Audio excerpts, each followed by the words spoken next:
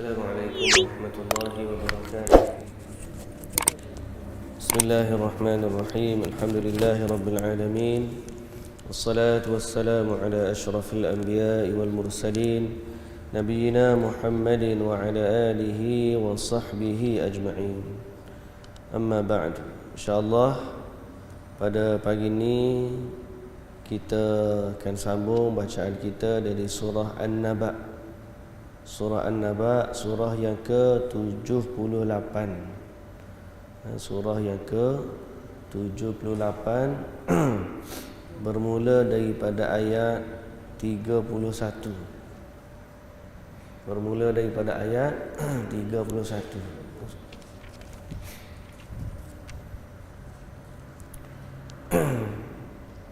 Surah sebelah dia. Sini. Situ. Atas.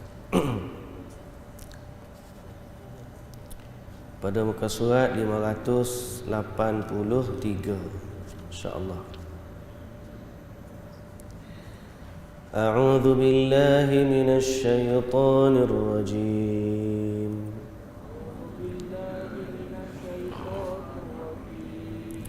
Bismillahirrahmanirrahim.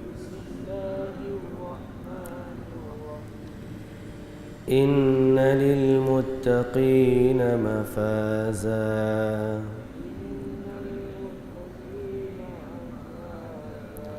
hadaiqa wa a'naba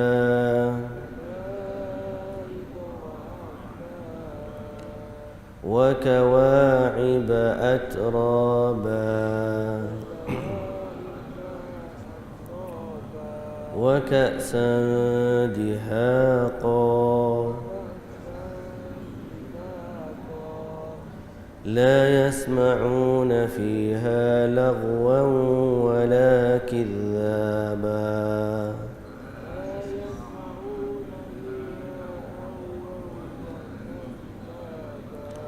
جزاء من ربك عطاء حسابا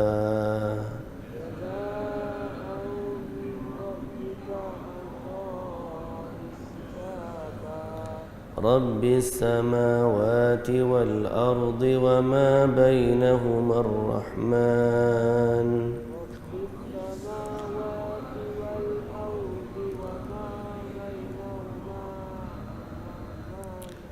لا يملكون منه خطابا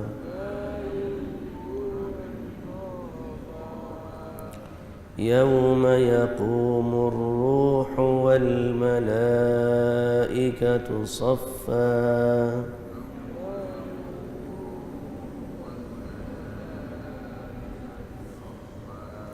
لا يتكلمون إلا من أذن له الرحمن وقال صوابا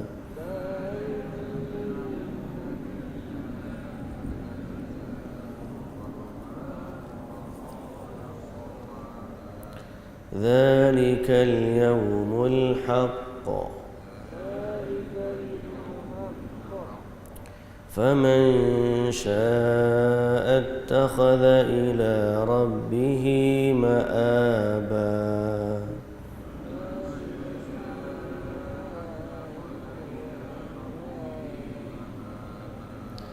إنا أنذرناكم عذابا قريبا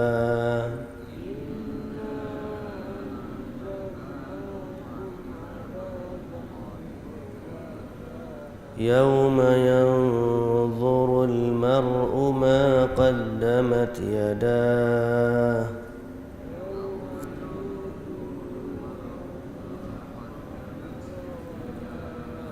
ويقول الكافر يا ليتني كنت ترابا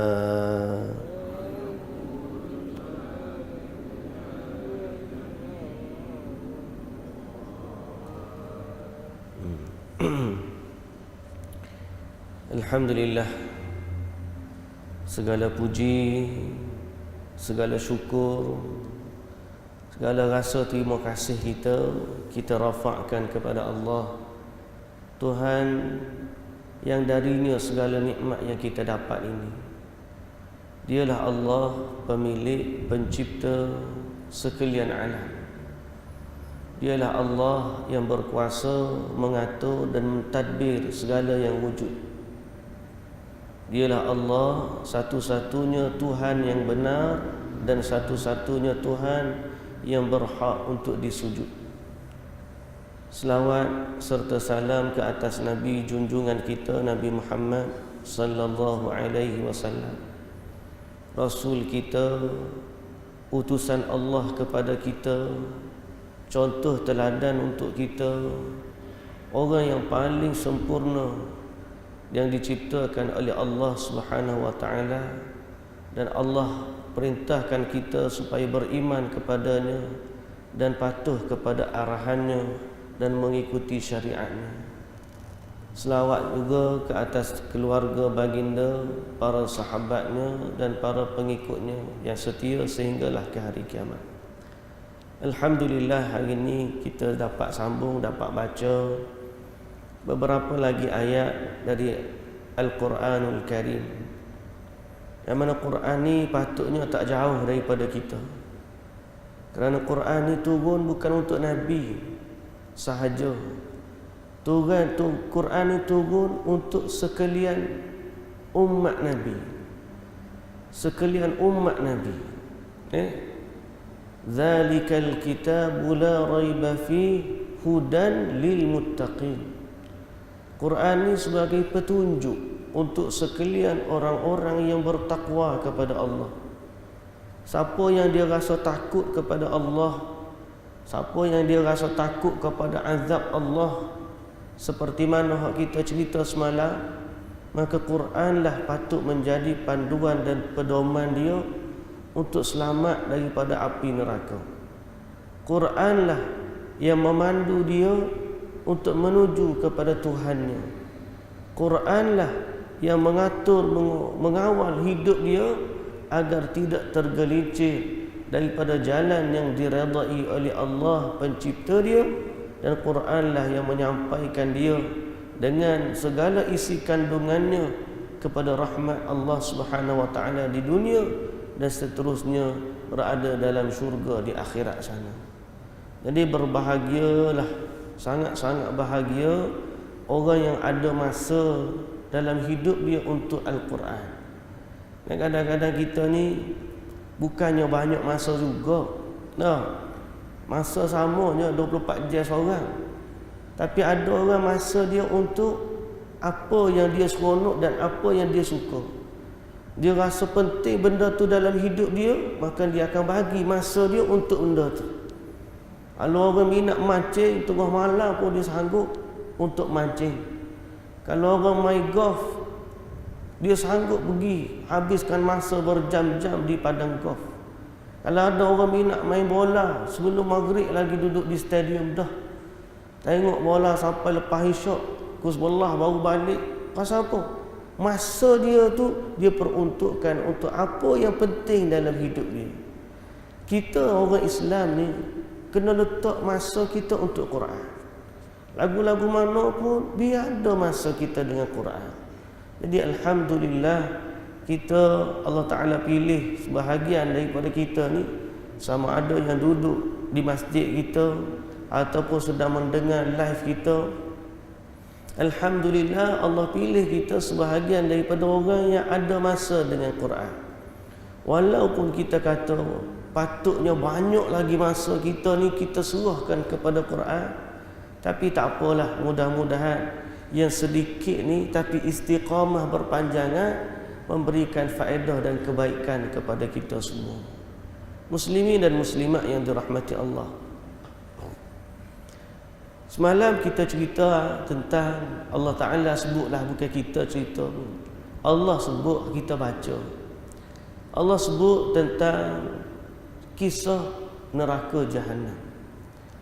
Dan orang-orang yang melampaui batas, yang Allah Azza wa Jalla akan humbankan ke dalam neraka Jahannam. Hari ini hak kita baca tadi ialah firman Allah. Allah cerita pula tentang kesudahan bagi orang-orang yang bertakwa. Orang bertakwa ni siapa dia orang bertakwa? Orang beriman kepada Allah, orang yang patuh kepada Allah Subhanahu wa taala. Dia buat apa yang Allah Taala suruh, dia tinggal apa yang Allah Taala larang. Maka itulah dia orang yang bertakwa kepada Allah.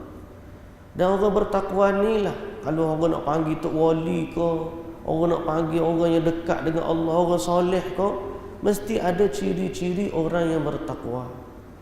Sebab tu kalau orang tu dia tak ikut perintah Allah, tak usah panggil lah dia wali, tak payah panggil dia wali.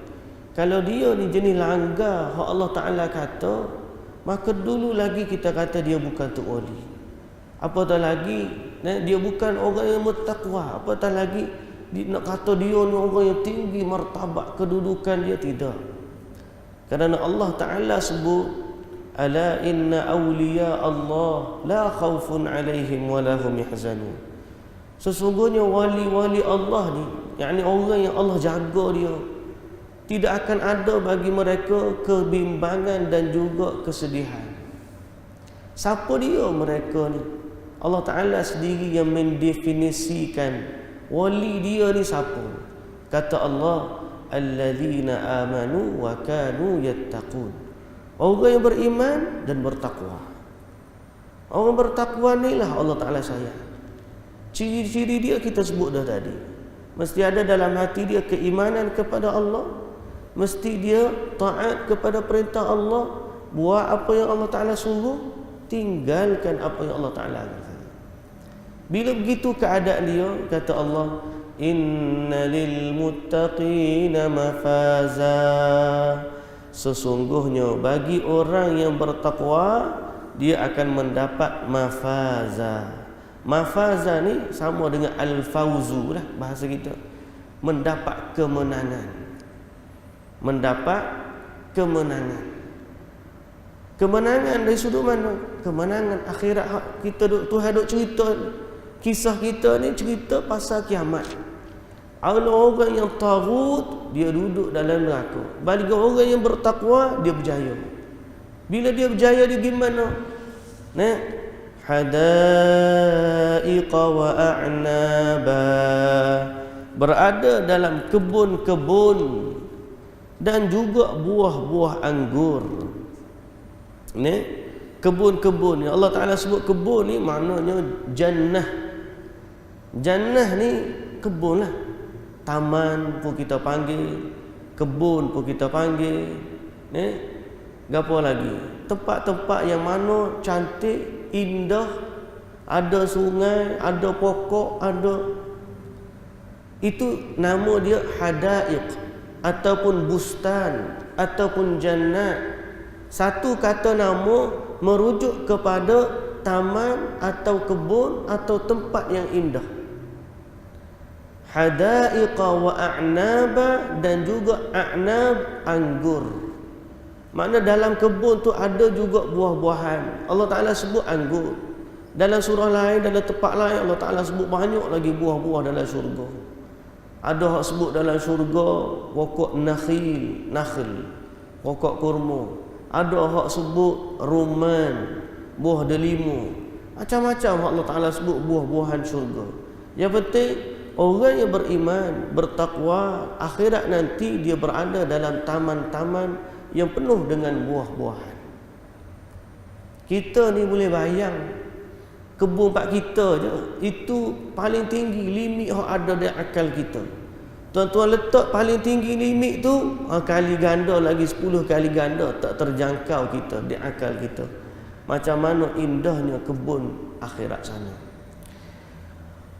Hadaiqa wa a'naba wa kawa'iba atraba. Dan di dalamnya juga ada gadis-gadis yang sebaya umurnya. Hadaiqa wa kawa'iba atraba ay huran kawa'ib, iaitu bidadari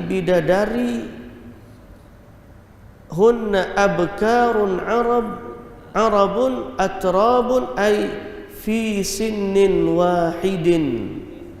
Mereka berada dalam umur yang sama. Mana kalau muda-muda je berlaku. Ini sebahagian nikmat pada ahli syurga. Tuan punya syurga pun muda, bidadari pun juga muda, dan mereka sebaya belaka. Kawa wa kawaiba atraba, kata Allah. Wa ka'san dihaqa. Dia juga duduk dalam kenikmatan yang ada gelas yang penuh berisi minuman. La yasma'una fiha lagwan wala kidzaba. Mereka tidak mendengar di dalamnya percakapan yang sia-sia mahupun perkataan dusta. Semua ni Allah bagi kat dia. Sebab apa? Jazaa'an min rabbika 'ata'an hisaba. Sebagai balasan dan pemberian yang cukup banyak daripada Tuhanmu. Nampak tak? Allah Ta'ala sebut semalam, kita baca, jazaan wifaqa. Balasan dalam neraka, balasan yang setimpal. Allah Ta'ala sebut bagi orang beriman, jazaan min rabbika ata'an.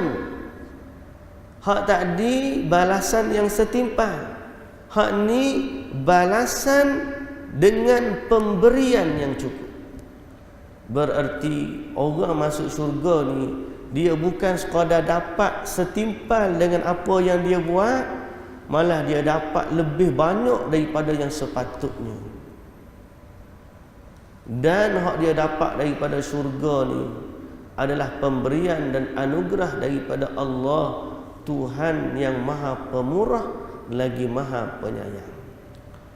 Jadi kita tak boleh nak bayang macam mana, tuan-tuan. Pemberian, kalau pemberian orang yang dermawan. Tuan-tuan tengok kalau ada tempat kita ni orang yang dermawan, sebagai contoh. Kaya, berharta, dermawan. Hari dia buat open house, kita boleh bayang tak? Oh, kalau Datuk ni buat open house, boleh bayang macam mana dia punya mewahnya. Pasal apa? Kita tahu dia ni kaya, baik hati, dermawan.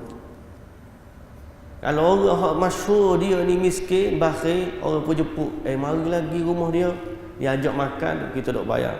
Sekuk tawar, cicah haitai. Contohlah kita nak bayang macam tu ya. Pasal apa? Orang hak ni orang dikenali dengan bakhil dia. Hak ni dikenali dengan dermawan dia. Oh, kita kata kalau pergi raya rumah dia, kambing golek pun ada, sate pun ada. No, makanan macam-macam, air pula macam-macam, minuman sedap-sedap belaka. Lepas tu dia pula banyak ikut makan, banyak mana tak kira. Kita kata itu baru qadar manusia. Bagaimanalah kalau qadar Allah Azza wa Jalla, Tuhan yang maha kaya, tak ada orang yang lebih kaya daripada Allah. Tuhan yang maha pemurah, tidak ada yang lebih pemurah daripada Allah. Dia yang maha pengasih, tidak ada yang lebih pengasih daripada dia. Dia yang mengasihi hamba-Nya dengan kasih dan rahmat-Nya, dan tidak ada yang lebih besar rahmat dan kasih sayang-Nya melainkan dia. Tiba-tiba dia yang kata, jazaa'an mir rabbika ata'an hisaba. Balasan dan juga pemberian yang dia akan bagi kepada orang-orang yang bertakwa. Dahsyat, tuan-tuan. Sebab tu syurga ni tak terjangkau di akal kita. Muslimin dan muslimat yang dirahmati Allah. Okey. Dan Allah Ta'ala kata, hak akan bagi kepada kita ni bukan orang biasa-biasa. Anugerah Allah, anugerah hari akhirat ni ialah datang daripada Rabbis samawati wal ardi wa ma bainahuma. Hak akan bagi syurga ni, siapa dia? Dia adalah Tuhan pemilik langit dan bumi serta segala yang ada di antara keduanya. Kaya dia jangan kira, kaya dia jangan tanya. Kekayaan dia ni siapa? dia ni Allah, pemilik langit, pemilik bumi, dan dialah yang memiliki segala yang ada di antara langit dan bumi. Bukan sekadar dia kaya dan memiliki, dia juga memiliki sifat Ar-Rahman. Rabbis samawati wal ardi wa ma bainahuma Ar-Rahman. Bukan setakat memiliki, dia juga Tuhan yang Maha Pemurah. Tak ada yang lebih daripada dia.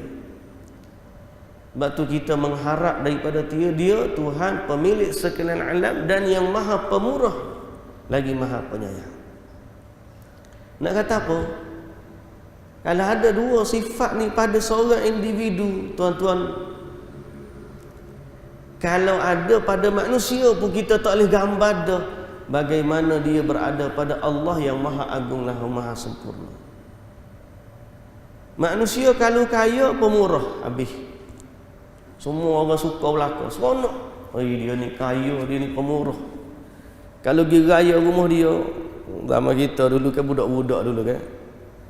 Cerita duk collect duit raya. Nah, kita pun tahu dah zaman dulu lah. Kita zaman-zaman dulu kalau ingat lagi. Kita kadang-kadang nak pergi raya rumah siapa ni?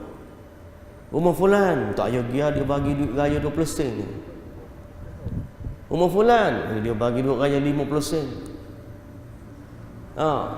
Zaman orang bui sen-sen tu, tiba-tiba ada satu rumah dia bagi 10 ringgit. Tak boleh bayang tuan-tuan. Zaman lah ni budak-budak tengok 10 ringgit tu biasa. Cukup zaman kita dulu-dulu. Hak zaman kita dulu duit raya dapat sen. Betul tak? Tiba-tiba zaman dapat sen tu, ada seorang tu dia bagi 10 ringgit. Allahu Akbar. Tuan-tuan nak pergi raya rumah dia, hati berbunga-bunga. Tu badu pada manusia, kaya pemurah pada manusia. Allah ni Rabbis samawati wal ardi wa ma bainahuma. Dia kaya, dia kekayaan Allah ni, dia pemilik langit dan bumi dan segala kekayaan yang ada di antara keduanya. Dan bukan tu je semua kekayaan Allah. Ada lagi, ni Allah Ta'ala sebut je. Kekayaan Allah ni lebih daripada tu. Kalau dia nak cipta lagi langit dan bumi lain, boleh bagi Allah, tak ada masalah. Kaya dia ni tak tergambar dan tak terjangka. Segala hak dia bagi kepada hamba ni, nak setitis air, nak banding setitis air, ataupun bukan setitis tak, celup jari atau celup jarum di dalam laut, kemudian angkat balik. Hak lekat di jarum tu, itulah nikmat hak dia bagi kat kita. Kalau pun dia bagi semua sekali, kayanya dia. Hak ada ni lautan lagi, kekayaan dia lautan. Hak dia bagi tu sikit. Sikit tu pun tak habis. Sikit tu pun. Kalau Nabi dalam satu hadis qudsi, kekayaan Allah ni, Allah Ta'ala kata, ya ibadi, law anna awwalakum wa akhirakum wa insakum wa jinnakum kanu fi sa'idin wahidin fasa'aluni fa'ataitu kulla wahidin minhum mas'alatah fa'ataitu kulla wahidin minhum mas'alatah ma naqasa dhalika min mulki syai'a kal illa kama udkhilal mikhyatu fil idza udkhilal bahr atau udkhilal mikhyatu fil bahr atau kama qala Nabi sallallahu alaihi wasallam. Kata Allah, wahai hamba-hambaku, kalau semua manusia dan semua jin, daripada manusia pertama sampai manusia terakhir, daripada jin yang pertama sampai jin terakhir, semua sekali ni duduk di satu tempat, semua berbilion-bilion manusia dan jin, semua berkumpul. Dan semuanya minta dengan Allah permintaan masing-masing. Semua sekali minta dengan Allah permintaan masing-masing. Dan semua yang mereka minta Allah bagi pula. Ni nak 10 bilion. Kalau kita diberi peluang minta dengan Allah, kita minta banyak mana? 1 juta, 2 juta. Tuan-tuan minta lah 10 juta. Ataupun tak ada juta-juta, nak minta bilion-bilion tu. Kalau semua manusia minta dengan Allah dan Allah bagi semua permintaan dia nak. Kemudian jin pula minta dengan Allah, Allah bagi semua yang jin nak. Kata Allah, tak kurang sedikit pun kekayaanku. Tu kayanya Allah. Tak cukup dengan kekayaan tu. Allah Ta'ala kata, melainkan kalau kurang pun seperti jarum dicelupkan di laut. Tu ya. Ar-Rahman, dialah Allah Ar-Rahman yang Maha Pemurah. La yamlikuna minhu khitaba. Kata Allah, sambung ayat Quran kita. Tiada sesiapa pun diberikan kuasa berbicara dengannya. Yauma yaqumur ruhu wal malaikatu saffa. Maka Allah kembali menceritakan perihal kejadian hari kiamat. Peristiwa tu masih lagi ada. Hari itu, hari akhirat ni, yauma yaqumur ruhu wal malaikatu saffa. Pada hari ketika ruh dan para malaikat, ruh dan para malaikat berdiri bersaf-saf menunggu perintah Tuhan. Menunggu perintah Tuhan. Ruh di sini, apa maksud ruh di sini? Yauma yaqumur ruhu wal malaikatu saffa. Ar-ruh di sini ialah makna dia Jibril, ketua para malaikat. Ketika datangnya Jibril dan para malaikat, kerana ruh ni salah satu daripada nama Jibril. Ruh ni salah satu daripada namanya Jibril. Walaupun dalam pendapat terjemahan kita tu ada mendatangkan beberapa lagi pandangan, tapi kita kata pandangan yang masyhur ialah Jibril alaihi salam. Maka pada hari kiamat, waktu tu malaikat pun mari juga datang. Manusia berada di padang mahsyar, tunggu pengadilan Allah, maka datanglah Allah bersama dengan para malaikat-malaikatnya. Saat dia datang tu, apa berlaku tuan-tuan? La yatakallamuna illa man adina lahur rahman. Tak ada seorang pun berani bercakap, tak ada seorang pun berani berkata-kata, melainkan siapa yang Allah izinkan untuk berkata-kata. Okey? Tak ada orang yang berani berkata-kata. Dalam hadis disebut, okey, wala yatakallamu yawma idzin illa ar-rusul. Hak Allah izin bercakap pada hari tersebut siapa? Para rasul. Orang biasa macam kita ni takut jangan kira. Pakak pergi minta tolong. Minta tolong dengan siapa? Minta tolong dengan para rasul. Tu pun mula-mula pergi jumpa dengan Nabi Adam AS. Nabi Adam pun tak berani. Kemudian pergi jumpa dengan Nabi-Nabi yang lain, tak berani. Sampailah jumpa dengan Nabi Muhammad sallallahu alaihi wasallam.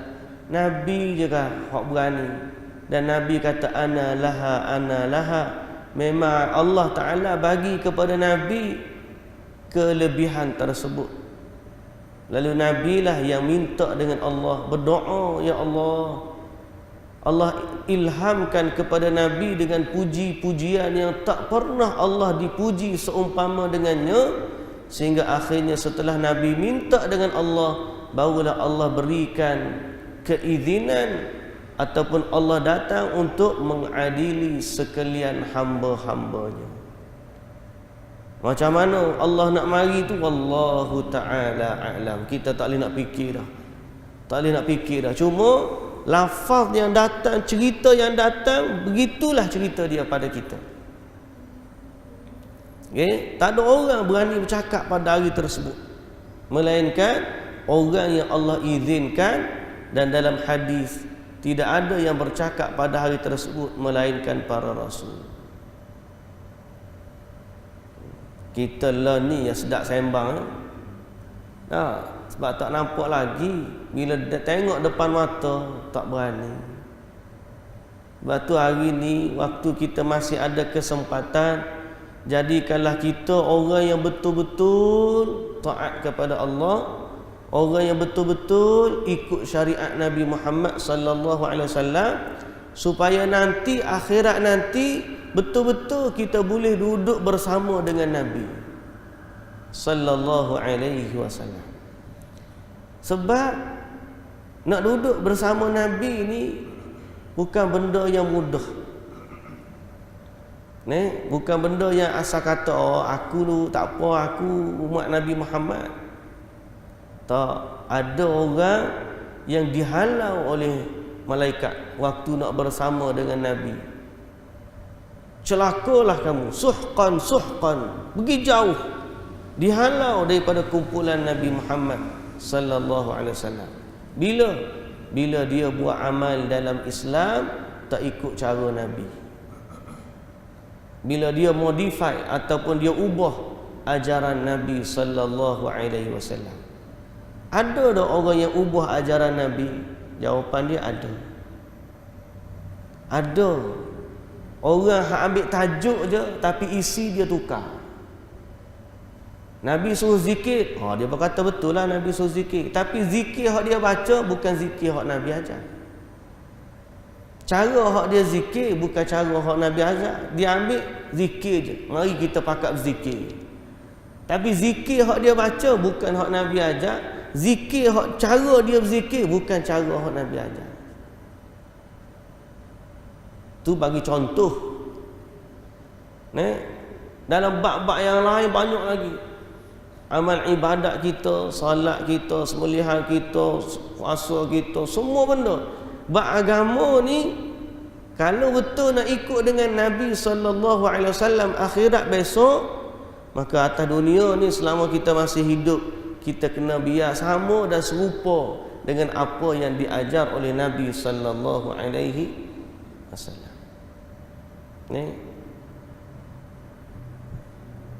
Mutaakhir ni, kita ni makin dekat dengan kiamat, makin bahaya, makin mencabar. Sebab dalam hadis Nabi kata, sebelum kiamat ni akan datang 30 orang pendusta yang dipanggil Dajjal. Dajjal ni nama pendusta lah. Semuanya mereka mengaku jadi Nabi. Dia mengaku dia jadi Nabi. Dia mengaku dia terima wahyu daripada Allah. Dia mengaku tujuan dia tu tak tahulah sebab apa, tapi orang yang ikut mereka ni akan tersesat jalan. Dan mereka akan meninggalkan jalan Nabi sallallahu alaihi wasallam. Jadi makin akhir zaman makin mencabar. Makin mencabar sebab kemunculan nabi-nabi palsu ni makin banyak. Sebelum hari nabi-nabi palsu tu macam-macam juga ajaran-ajaran palsu, ajaran-ajaran sesat. Malah hak kita bimbang benda tu sesat dah, difatwakan dah sesat, tapi masih ada lagi orang yang membawanya dan menjenamakan dia seolah-olah tidak sesat. Itu bahaya. Kita bimbang tu. Pasal apa? Kalau tersalah jalan, akhirat besok tak jumpa Nabi lah orang tu. Semoga Allah Ta'ala jaga agama kita, jaga hubungan kita dengan Allah, jaga hubungan kita dengan Rasulullah. Akhirat nanti betul bersama dengan Rasulullah sallallahu alaihi wasallam. Dzalikal yaumul haqq, kata Allah. Itulah sebenarnya hari yang benar. Hak ni betul. Dzalikal yaumul haqq. Hari itu memang hari yang betul. Betul-betul ada. Bukan hari yang cerita dongeng lah. Dzalikal yaumul haqq, maknanya kiamat ni cerita betul, bukan cerita dongeng. Okey? Faman syaa'a attakhadha ila rabbih ma'aba. Maka sesiapa yang menghendaki, dia akan mencari jalan untuk kembali kepada Tuhannya. Jadi siapa yang beriman dengan hari tersebut dan dia nak bertemu dengan Tuhan dia, maka carilah jalan yang benar untuk kembali kepada Tuhan. Mu yakin dah hari kiamat? Ada. Maka kalau mu yakin kiamat ni ada, mu carilah jalan yang betul untuk kembali kepada dia. Di saat kamu lalu jalan yang betul untuk kembali kepada dia, kamu selamat. Tapi kalau kamu tak jumpa jalan kembali kepada dia, tetap juga kamu akan bangkit hari akhirat sana. Tapi di saat itu kamu bukan lagi bersama dengan orang-orang yang diredai oleh Tuhan.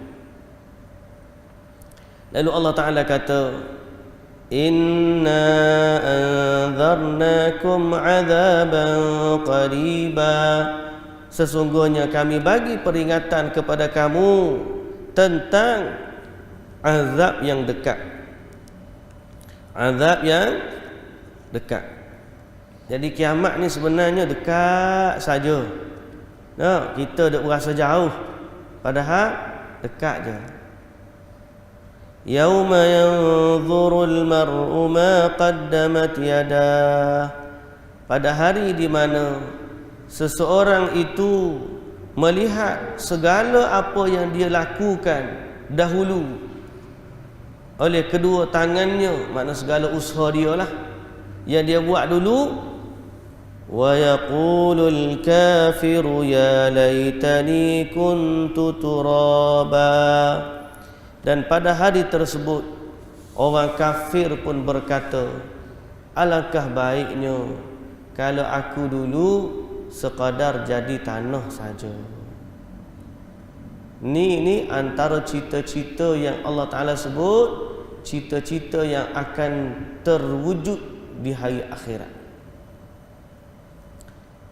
Bila datang kiamat, ada cita-cita manusia, cita-cita yang tidak mungkin mereka akan dapat. Salah satu cita-citanya ialah, kalaulah dulu aku mati jadi tanah.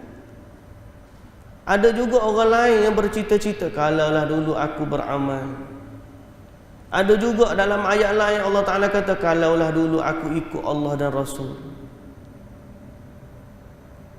Ada ayat-ayat tu. Kalau kita baca tafsir ni, kita akan jumpa ayat-ayat yang Allah Ta'ala sebut cita-cita manusia di hari kiamat.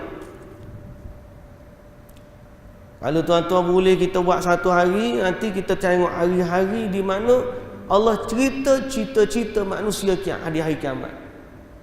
Ada yang kata, ya laitani qaddamtu li hayati. Alangkah baiknya lah kalau aku dulu buat amal masa dulu ada atas dunia.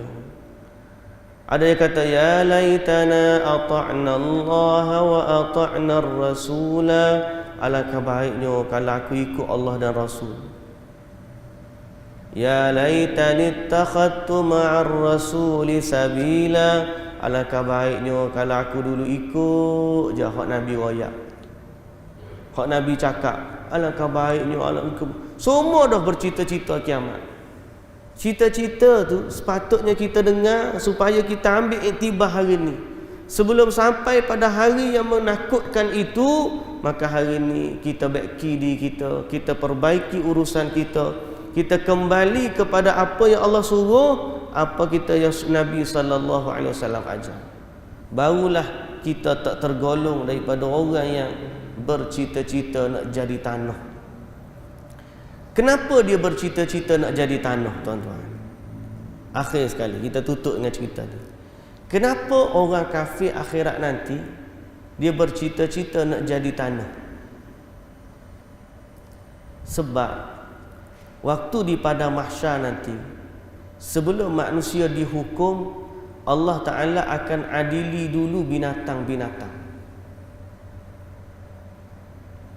Sebelum manusia ni dia jatuh hukum, hak akan bicara dulu bukan manusia.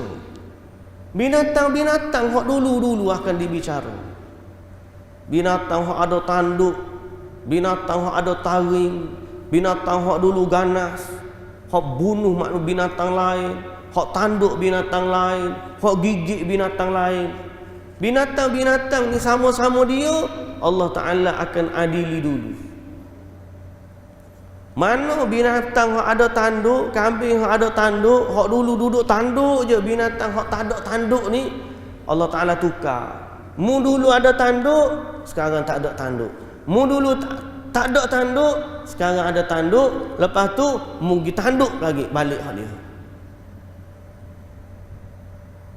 Mu dulu ada berapa? Mu buat jahat, binatang sama binatang, Allah Ta'ala pun adili binatang sama binatang, sehingga selesai habis semua sekali kezaliman binatang sama binatang. Maka Allah Ta'ala perintahkan binatang-binatang tersebut, kamu semua kembalilah menjadi tanah.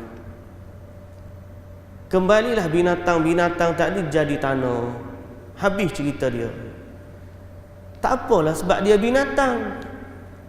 Binatang ni dia tak ada dosa pahala, cuma Allah nak tunjuk adilnya Allah. Sampai binatang pun Allah Ta'ala bicarakan di hari kiamat. Jadi bila manusia tengok keadaan macam tu, manusia tahu, orang kafir tahu, habislah aku. Kalau aku ni dibicarakan, diadili, habis. Pasal dia nampak dah neraka ni. Lalu dia kata, alangkah baiknya kalau aku jadi tanah seperti mana binatang tu jadi tanah. Itulah keluarnya ayat, wa yaqulul kafiru ya laitani kuntu turaba. Berkatalah orang kafir, alangkah baiknya kalau aku ni jadi tanah. Jadi inilah cerita hari kiamat. Mudah-mudahan Allah memberikan kepada kita taufik dan hidayah untuk kita beramal dengan sebaik-baiknya, dan kita masih ada lagi kesempatan muslimin dan muslimat. Hari ini hari yang ke-6 daripada hari-hari terbaik dalam setahun, iaitulah hari awal Zulhijjah. Esok hari ke-7, lusa hari ke-8, kemudian hari ke-9. Jadi pakak-pakaklah, kalau boleh esok puasa belakang, ambil sunat puasa Khamis. Kemudian kalau nak puasa hari Jumaat, boleh. Lagipun hari Jumaat dekat Mekah wukuf. Kemudian kita puasa pula hari Sabtu, kerana puasa hari Sabtu tu jatuh pada puasa 9 Zulhijjah.